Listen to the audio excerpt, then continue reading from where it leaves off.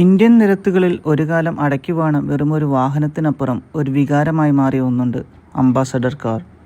തലമുറകളോളം ഇന്ത്യയുടെ യാത്രകളിൽ നിഴലായി കൂടെയുണ്ടായിരുന്ന ഈ അംബാസഡറിൻ്റെ കഥ എന്താണ്? നമുക്ക് ഓർമ്മകളിലൂടെ ഒരു യാത്ര പോകാം.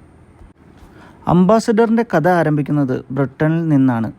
1950കളിൽ ബ്രിട്ടീഷ് മോറിസ് മോട്ടോർ കമ്പനി നിർമ്മിച്ച മോറിസ് ഓക്സ്ഫോർഡ് സീരീസ് 3 എന്ന മോഡലിനെയാണ് ഹിന്ദുസ്ഥാൻ മോട്ടോഴ്സ് ഇന്ത്യയിലേക്ക് കൊണ്ടുവന്നത്. 1958ൽ ഹിന്ദുസ്ഥാൻ അംബാസഡർ എന്ന പേരിൽ ഈ വാഹനം കൊൽക്കത്തയിലെ ഉത്തർപാറയിലെ പ്ലാന്റിൽ ഉൽപ്പാദനം ആരംഭിച്ചു. കഠിനമായ ഇന്ത്യൻ റോഡ് സാഹചര്യങ്ങൾക്ക് അനുയോജ്യമായ രീതിയിൽ ചില മാറ്റങ്ങൾ വരുത്തിയാണ് അംബാസഡർ നമ്മുടെ രാജ്യത്ത് അവതരിപ്പിച്ചത്. ഉറപ്പുള്ള ബോഡിയും ലളിതമായ മെക്കാനിസവും ഇതിനെ ഇന്ത്യൻ ജനതയുടെ പ്രിയപ്പെട്ടതാക്കി. തുടക്കത്തിൽ അംബാസഡർ ഒരു സ്റ്റാറ്റസ് സിംബലായിരുന്നു. സർക്കാർ ഉദ്യോഗസ്ഥരുടെയും ഡോക്ടർമാരുടെയും വ്യാപാരികളുടെയും സിനിമാ താരങ്ങളുടെയും ഇഷ്ടവാഹനമായി മാറിയത്. പിന്നീട് ടാക്സി വ്യവസായത്തിലും അംബാസഡർ സമാനതകളില്ലാത്ത സ്ഥാനം ലഭിച്ചു. അംബാസഡർ ടാക്സി ഇന്ത്യൻ നഗരങ്ങളുടെ ഒരു സ്ഥിരം കാഴ്ചയായി. ഒരുപാട് യാത്രകളെയും കുടുംബ ബന്ധങ്ങളെയും സുഹൃത്ത് ബന്ധങ്ങളെയും അംബാസഡർ ഓർമ്മിപ്പിക്കുന്നു. ഓരോ തവണയും ഓരോ അംബാസഡർ കാണുമ്പോൾ പഴയകാല ഓർമ്മകൾ മനസ്സിൽ തിരതല്ലുന്നു. വർഷങ്ങളായി അംബാസഡർ നിരവധി മാറ്റങ്ങളിലൂടെ കടന്നുപോയി. മാർക്ക് സീരീസുകൾ മാർക്ക് 1, മാർക്ക് 2, മാർക്ക് 3, മാർക്ക് 4 ഓരോ പതിപ്പിലും ചെറിയ പരിഷ്കാരങ്ങളുമായി എത്തി.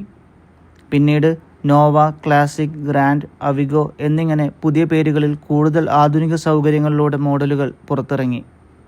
എങ്കിലും അതിൻ്റെ അടിസ്ഥാന രൂപകൽപ്പനയും തനിമയും എന്നും നിലനിർത്തി. അതാണ് അംബാസഡറിനെ ഇത്രയധികം ഐക്കണിക് ആക്കിയത്. 1980കൾക്ക് ശേഷം ഇന്ത്യൻ വാഹന വിപണിയിൽ വലിയ മാറ്റങ്ങൾ വന്നു തുടങ്ങി. പുതിയ മോഡലുകൾ, പ്രത്യേകിച്ച് മാരുതി 800 പോലുള്ള ചെറിയ ഇന്ധനക്ഷമതയുള്ള കാറുകൾ വിപണിയിലേക്ക് കടന്നു വന്നു. ഇത് അംബാസഡറിന് വലിയ വെല്ലുവിളിയായി.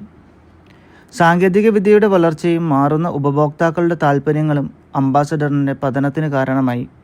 എയർ കണ്ടീഷൻ, പവർ സ്റ്റിയറിംഗ് പോലുള്ള ആധുനിക സൗകര്യങ്ങൾ മറ്റു കാറുകളിൽ സാധാരണമായപ്പോൾ അംബാസഡർ പഴയ കാലത്തിൻ്റെ പ്രതീകമായി തുടർന്നു. ഒടുവിൽ സാമ്പത്തിക പ്രതിസന്ധികളെ തുടർന്ന് 2014 മെയ് മാസത്തിൽ ഹിന്ദുസ്ഥാൻ മോട്ടോഴ്സ് അംബാസഡർ കാറിൻ്റെ ഉൽപ്പാദനം പൂർണ്ണമായും നിർത്തി. അംബാസഡറിൻ്റെ ഉൽപ്പാദനം നിലച്ചെങ്കിലും അതിൻ്റെ ഓർമ്മകൾ ഇന്നും ജീവിക്കുന്നു. നിരവധി കാർ പ്രേമികൾ ഇന്നും പഴയ അംബാസഡർ കാറുകൾ സംരക്ഷിച്ച് പരിപാലിച്ചു പോരുന്നു. വിൻറ്റേജ് കാർ റാലികളിൽ അംബാസഡർ ഇപ്പോഴും ഒരു താരമാണ്. 2017ൽ ഹിന്ദുസ്ഥാൻ മോട്ടോഴ്സ് അംബാസഡർ ബ്രാൻഡിൻ്റെ അവകാശം ഫ്രഞ്ച് വാഹന നിർമ്മാതാക്കളായ പ്യൂഗോയ്ക്ക് വിറ്റത് ഒരു പുതിയ പ്രതീക്ഷ നൽകിയിരുന്നു. ഭാവിയിൽ അംബാസഡർ ഒരു പുതിയ രൂപത്തിൽ തിരികെ എത്തുമോ എന്ന് നമുക്ക് കാത്തിരുന്ന് കാണാം. അംബാസഡർ വെറും ഒരു വാഹനമായിരുന്നില്ല, അതൊരു രാജ്യത്തിൻ്റെ വളർച്ചയുടെയും മാറ്റങ്ങളുടെയും അടയാളമായിരുന്നു. ഓരോ ഇന്ത്യക്കാരൻ്റെയും മനസ്സിൽ മായാതെ നിൽക്കുന്ന ഒരു ഓർമ്മയായി ഈ ഇന്ത്യൻ റോഡ് രാജാവ് ഇന്നും നിലനിൽക്കുന്നു. നിങ്ങളുടെ ഓർമ്മയിലെ അംബാസഡർ കാറിനെക്കുറിച്ചുള്ള അനുഭവങ്ങൾ താഴെ കമൻറ്റ് ചെയ്യുക. വീഡിയോ ഇഷ്ടമായെങ്കിൽ ലൈക്ക് ചെയ്യാനും ചാനൽ സബ്സ്ക്രൈബ് ചെയ്യാനും മറക്കരുത്.